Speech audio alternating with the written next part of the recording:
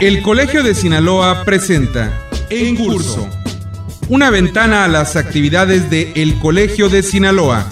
Trabajo, arte, ciencia, investigación, expresión. En Curso. Comenzamos.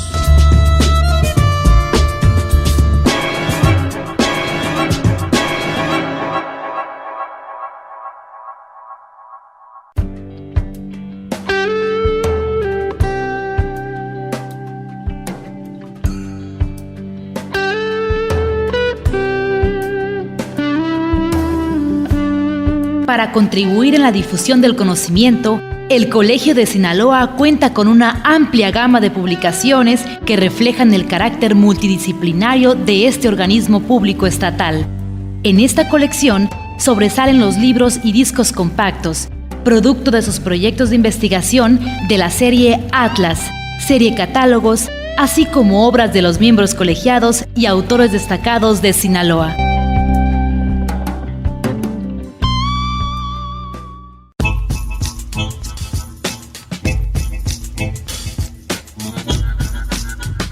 Le damos la más cordial bienvenida al programa En Curso, el programa de El Colegio de Sinaloa. Yo soy Gerardo Osornio y en esta ocasión le voy a presentar una entrevista con el maestro José Piña, a quienes muchos conocemos en la ciudad de Culiacán como Pepe Piña. Una persona que ha sido promotor cultural muchos años, pero que también ha acumulado una gran cantidad de anécdotas alrededor de los personajes, de los lugares emblemáticos de la historia de Culiacán a partir de 1960, que es como él nos narra que llegó a la ciudad de Culiacán y aquí se quedó a hacer vida. Él tiene ya 2 volúmenes de personajes y anécdotas en extinción. Recientemente se presentó el segundo volumen. Nos va a platicar en la primera parte del programa sobre el contenido de la primera parte de este proyecto de anecdotario sobre la ciudad de Culiacán. Y nos va a platicar también al final del programa sobre lo que contiene el volumen 2 que acaba recientemente de ser presentado. Sin más preámbulo, vamos a escuchar aquí en Curso al maestro José Piña.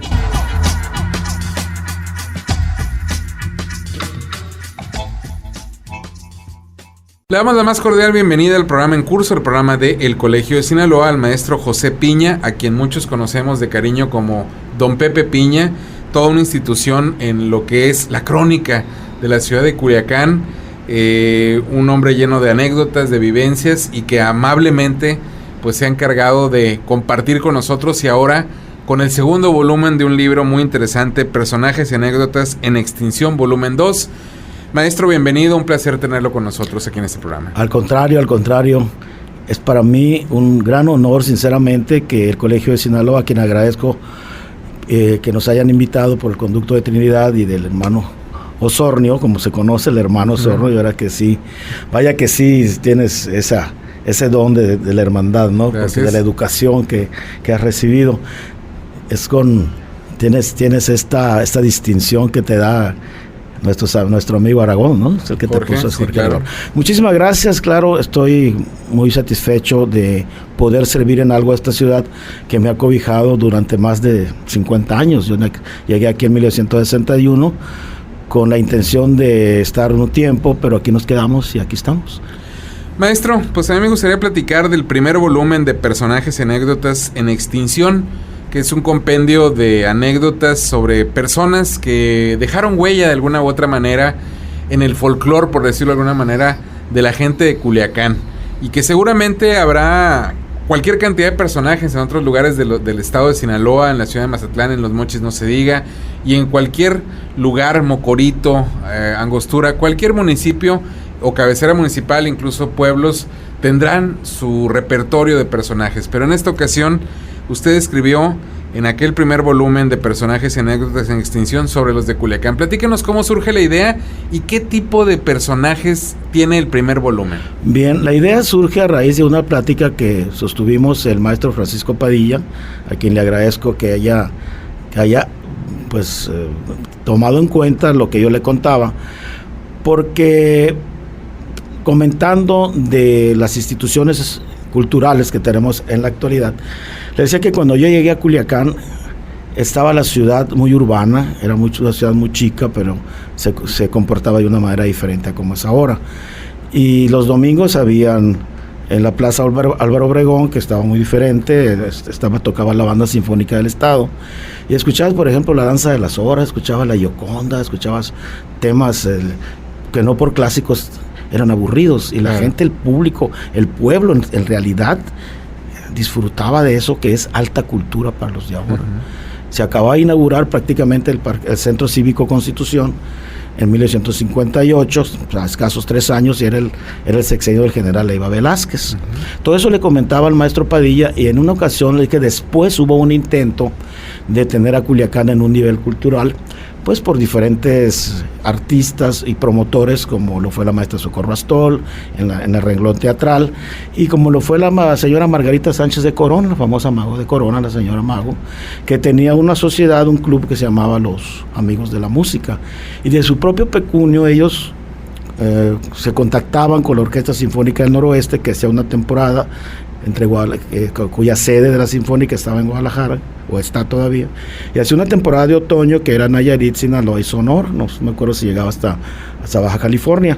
Entonces, a su paso por Culiacán, esa sociedad de amigos, pues los invitaban a que aquí estuvieran y dieran conciertos en el también nuevo Teatro del Seguro Social, que ese era el de lujo en esa época, y la gente pagaba su entrada y escuchaba a la voz, ¿no? Y le comenté que 2 de los integrantes de la orquesta se habían quedado a vivir aquí en su paso, venían por Culiacán, y como que les gustó y se quedó. Uno de ellos fue el maestro Raimundo Gómez, que fue el que formó y organizó la primera estudiantina en la Universidad Autónoma de Sinaloa en 1962-63 aproximadamente, y el segundo fue el maestro Diego Gochi. Ellos eran integrantes de la voz, ¿no? Y se quedaron a vivir en Culiacán. Y él me escuchaba con mucha atención y dice, ¿por qué no escribes todo eso? Pues algún día lo voy a hacer. En otra ocasión igual le estaba comentando al maestro Jorge Verdugo, que es en un tiempo director de la Escuela de Historia de la Universidad Autónoma de Sinaloa, y me dice, qué bárbaro, esas anécdotas están muy bonitas. Y así se le salió decir, no, hombre, ni Sinagagua te cuenta todo eso. Digo, maestro, no exagere. No, es que eso no se sabe muchas veces aquí en Culiacán, todos esos detalles, pues que para mucha gente pasa desapercibido. Y ese fue el acicate para ponerme a escribir. Pedí un apoyo a lo que es PACMIC, el programa de apoyo a las culturas populares, dependiente de lo que era Conaculta, en la época en que era Difocur y estaba como director general el maestro Ronaldo González, a quien también le agradezco que me ha dicho, oye, ya es hora, oye, ahí está un apoyo, pídelo, solicítalo y ponte a escribir. Y sí, se me dio el apoyo y empecé con los personajes de los que yo entrevisté a pocos, porque la mayoría eran ya fallecidos, y de lo que yo me acordaba era lo que yo puse en el primer libro. ¿Cuáles personajes destacaría usted? Obviamente es difícil, como autor del compendio de anécdotas, desechar, por decirlo de alguna manera amable, no lo digo despectivamente, a la mayoría.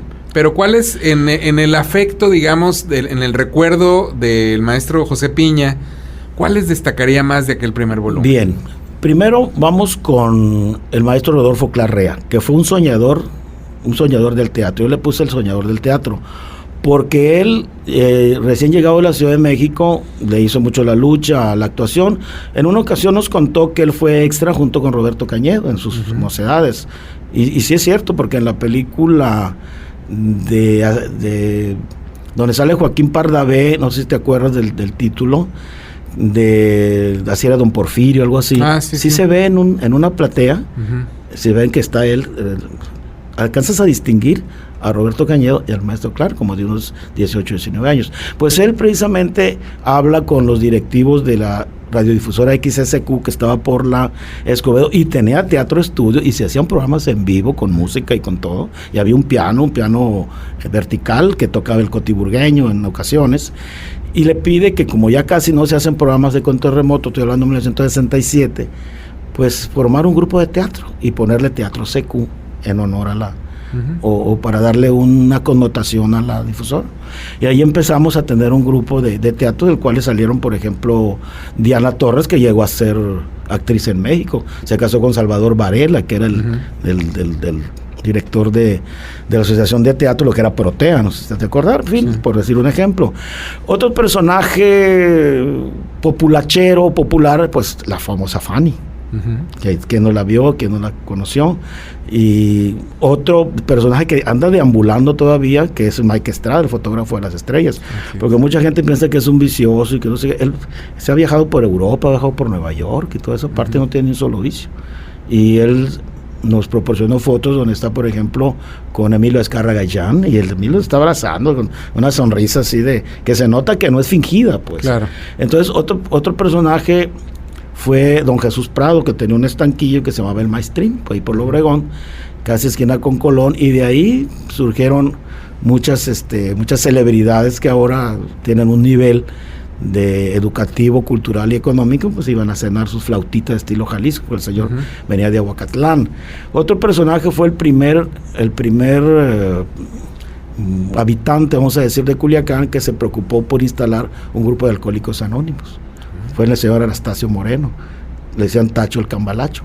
Entonces él tenía una especie de segunda, de yonque, de artículos usados por Rubí, esquina con Madero, donde está un Oxxo ahorita, por esto esa parte era de él, y se sacó la lotería, el billete, y eso lo invirtió en poner desayunos y darle alimentación a la gente de la calle, y fundó el primer grupo de Alcohólicos Anónimos, gente que no brilla, que no es empresario, que no es famoso, pero y trabajo social, por ahí me voy.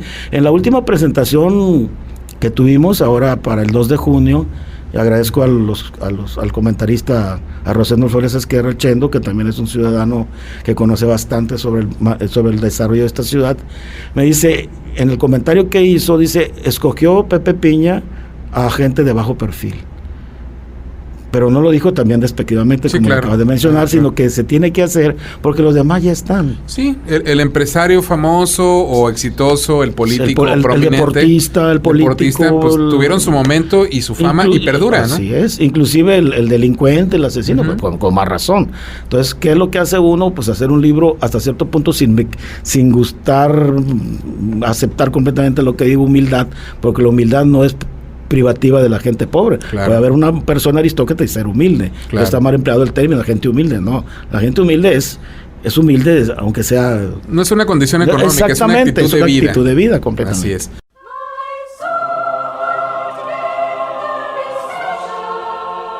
El Colegio de Sinaloa presenta una cápsula de ciencia.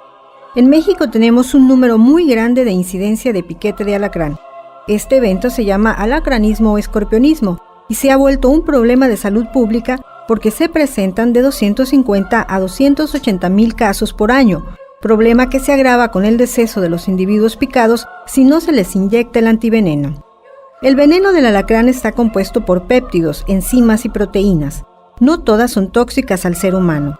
Los síntomas de picadura son dolor, problemas respiratorios y cardíacos, secreción de lágrimas o nariz y sensación de pelo en la garganta. Como prevención se recomienda poner mosquiteros en las ventanas, no mantener pilas de madera o de ladrillos, asegurarse que no haya alacranes en la cama y sacudir sábanas, ropa y los zapatos antes de usarse.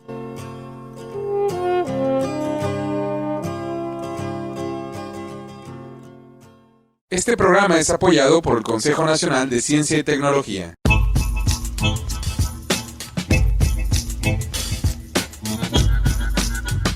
Le recuerdo a quienes nos sintonizan a través de diversas radiodifusoras culturales del estado de Sinaloa que este es el programa en curso, el programa de El Colegio de Sinaloa, una emisión semanal que desde hace alrededor de 2 décadas lleva para usted algunas de las actividades de El Colegio de Sinaloa. En esta ocasión estamos platicando con el maestro José Piña, conocido como Pepe Piña, una persona que se ha dedicado a la promoción cultural en el estado de Sinaloa, especialmente en el municipio de Culiacán, y que recientemente presentó el segundo volumen de una obra titulada Personajes y anécdotas en extinción, donde en su primera parte, ya editada desde el 2008, cuenta de algunos de los personajes más emblemáticos de la ciudad de Culiacán, y en este segundo volumen también da cita de esos personajes que de alguna u otra manera siguen escondidos en la memoria de la gente, pero que hay que ponerlos otra vez frente a los ojos de las nuevas generaciones para que haya oportunidad de conocer no solo lo que hicieron como personas, sino también la aportación que como ciudadanos hicieron a Culiacán. Verdaderamente interesante lo que nos está platicando el maestro José Piña. Vamos a seguir escuchándolo aquí en Curso, el programa de El Colegio de Sinaloa.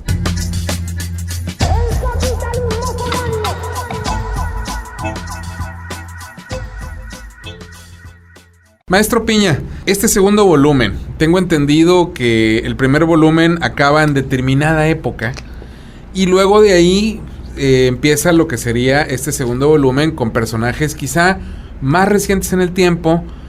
Por lo que me decían, no he tenido el gusto de leer la obra completa, pero quisiera que nos platicara este segundo volumen cómo fue armado, quiénes son algunos de los personajes que ahí aparecen. Bien, vámonos así nada más para hacer una referencia del primero. El primero se presentó en marzo del 2008 y se sigue vendiendo todavía, poquito, pero se venden 2-3 por semana.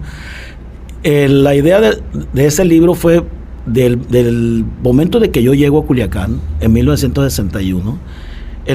Lo único que vemos en la estación del ferrocarril que llegó a la 1:20 de la mañana era un taxi Fórmula del hotel del señor Villa. Sí, yo me acuerdo de él. Entonces dice mi papá, pues este señor está muy viejito el carro, pues nos va a cobrar barato, no creo que... Pues, y luego aquí en la noche ya que... No, nos cobró como si fuera limusina. Sí, porque era un carro clásico, ¿verdad? No cualquiera tenía un carro de ese tipo. Entonces yo parto de esa anécdota hasta 1975, 70 y tantos. Entonces ya retomo los 80s y parte de los 90s en este.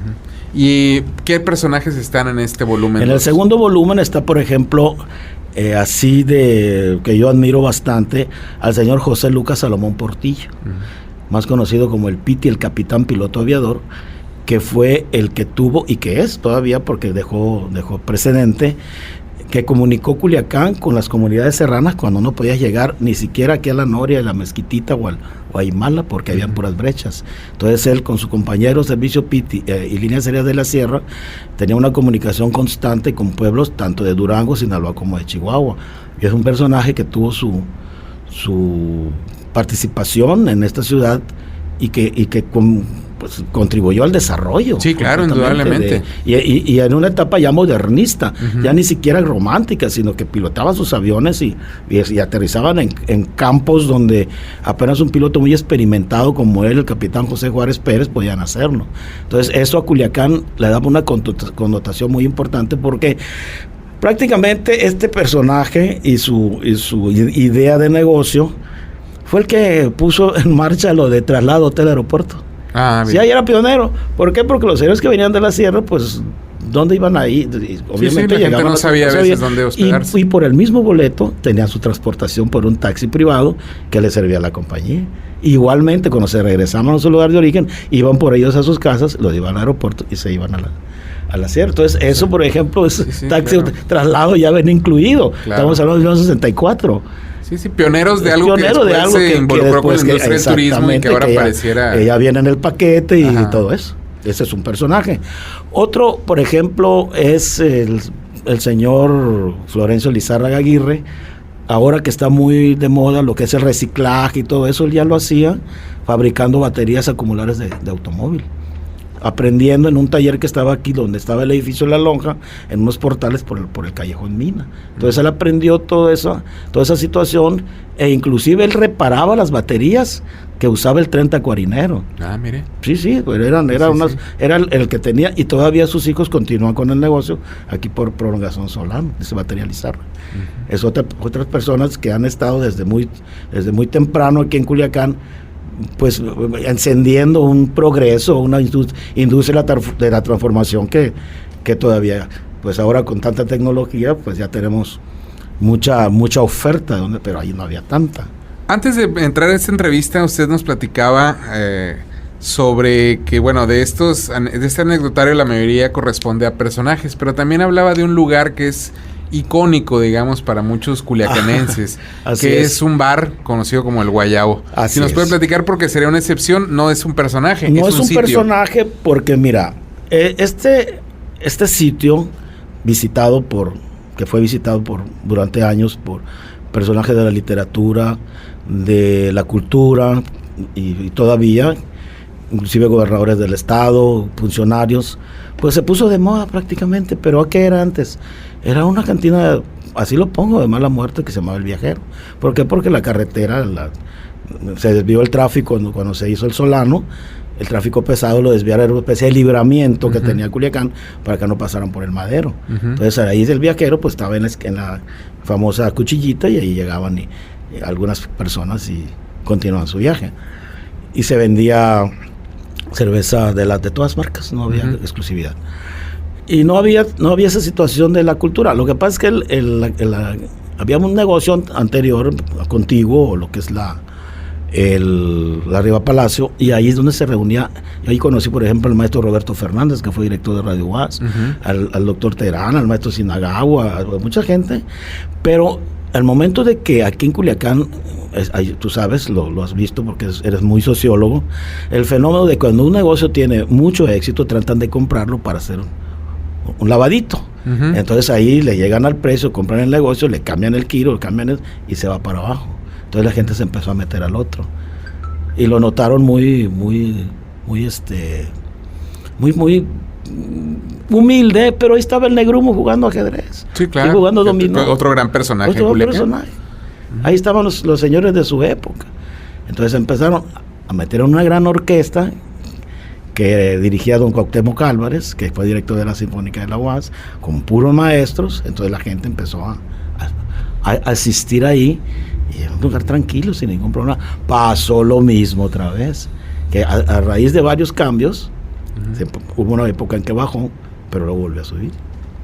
Maestro, a mí me llama la atención cuántas anécdotas guarda el maestro José Piña. Estamos hablando de 2 volúmenes ya impresos, pero yo estoy seguro, por las anécdotas que he escuchado que usted cuenta a veces en programas de radio, en su propio programa inclusive, ¿cuántos volúmenes podríamos estar hablando de si usted tuviera el tiempo y el apoyo necesario para seguir escribiendo? Porque yo quiero precisar que son documentos que, si bien no siguen el rigor en muchos casos de lo que hace un historiador, indudablemente es un equipaje de recuerdos que le sirve mucho a las ciudades para recordar de dónde vienen, cómo se fueron construyendo, más allá de la historia oficial. Y creo que es muy valioso lo que usted ha hecho. ¿Cuántos volúmenes más calcula el maestro Piña que podría ofrecernos? Mira, Gerard, has dado en el clavo, ¿no? Porque yo ni literato, ni historiador, ni escritor, y lo comentó el maestro Padilla también en el primer libro, vale la pena decirlo. Pepe Piña no es ni escritor ni nada, pues hizo su trabajo y es ameno, se lo sientan y se lo leen, y no lo quieren soltar por lo mismo, ¿no? Pero sí podíamos hacer unos 2 más con unas 200 páginas cada uno, porque hay bastante que decir de Culiacán. Bastantes situaciones que las nuevas generaciones pues se van a asombrar de lo que ha habido aquí, y que no nada más es lo que conocen, pues no conocen la etapa violenta, la etapa de ruralización, sino esta ciudad es grande, es muy bonita. Y aparte de eso, pues hay gente como nosotros que veníamos por un tiempo y aquí estamos. Tengo mis hijos, tengo mis nietos y todo, y es gente de acá. Yo estoy inventariado aquí, como quien dice. Claro, prácticamente. Lo único es que yo soy de los Piña de Badiraguato, no te dando lata, por favor. Entonces, sí, esa parte, sí, maestro, tienes es muy buena la pregunta. Varios. Vamos a poner 2 más. Porque de lo muy interesante, porque después ya sería para mí chabacanería. Como que se pica uno en algo. Ya ves que la gente ya, con lo que está cantando, ¿no? Le aplaudan una vez y le aplaudan otra, ya para la 10ª, ya cállate, por favor. Sí. Eso es lo que pasa con esto. Así es. Que hay que saber cuándo retirarse y qué decir, cómo decirlo y que interese. Si no, pues como que no hay éxito. ¿Y cómo ha sido recibido por la gente? Porque como usted señalaba, tanto el volumen 1 como el 2 es de gente que tuvo bajo perfil en términos económicos y sociales, dicho en el mejor de los términos, pero sí tuvo un perfil alto en cuanto a su aportación a la ciudad de Culiacán, ya sea por la novedad del negocio que implantaron o que implementaron, por la calidad del servicio y sobre todo, indudablemente, por la calidad humana que de alguna u otra manera derrocharon, en el mejor sentido, entre los habitantes de Culiacán. ¿Cómo fue recibido por los nietos, los hijos o los que todavía viven? Pues muy bien, porque por ejemplo la señora, yo incluí dos mujeres en esta segunda edición, porque también las mujeres cuentan bastante. Claro. En la situación de este negocio del famoso guayabo, lo puse como pretexto, vamos a decirlo así, la vida de la señora Felicitas Olivas, viuda de Torres, porque ella fue la última dueña de lo que fue el guayabo mágico. Y al transformarse, al cambiar de dueño, al pedírselo la compañía cervecera, y a soltárselo a otra persona que afortunadamente ha seguido conservando ciertas tradiciones, le puso el foro del saber y cosas de esas, ¿no? Porque he preguntado, no le cambió completamente el giro, porque hubo ocasiones en que metieron música de chirrines y todo eso, y la gente se empezó a retirar también, o sea, la alta intelectualidad. Y otra de las mujeres que pongo es la señora Raquel Macías, que es originaria de Aguascalientes. Fue la primera mujer que anduvo en moto en Culiacán, en motocicleta. Y estuvo presente con su familia, ahora que hablas de hijos y nietos, en la presentación del libro. Y ahí estuvo muy guapa, y la señora ya muy grande, pero muy arreglada, muy propia, muy bella, sinceramente, como mujer. Y ya al estar allá, pues yo le dije, mira, aquí son los personajes vivos, el libro es una obra viva, y pues el aplauso fue atronador para la señora. Y ese es precisamente lo que no saben, que su familia fueron los que trajeron las primeras tortillerías mecanizadas, pues la Celorio, de la marca Celorio, porque antes era nada de tortear, 1958. Entonces, imagínate, si eso no transforma a Culiacán, no sé qué lo va a transformar.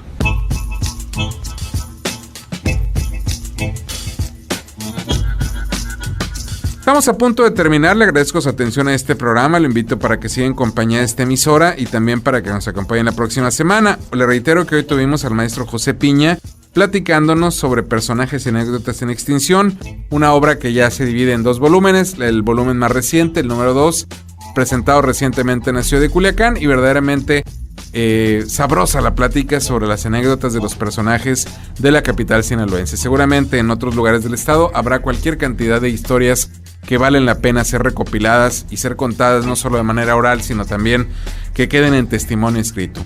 Nos vamos a despedir, agradecemos su atención a este programa, reitero, y también lo invito para que se suban las diversas actividades del Colegio de Sinaloa.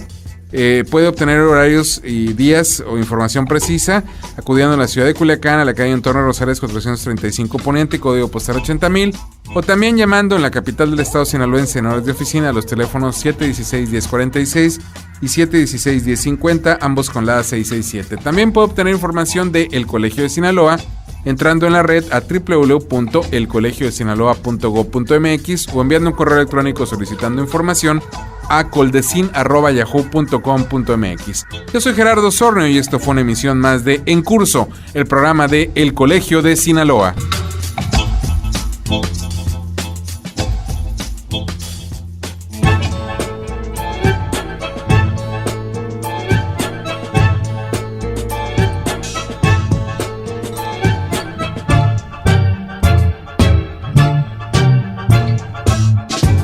Este fue En Curso, una ventana a las actividades de El Colegio de Sinaloa.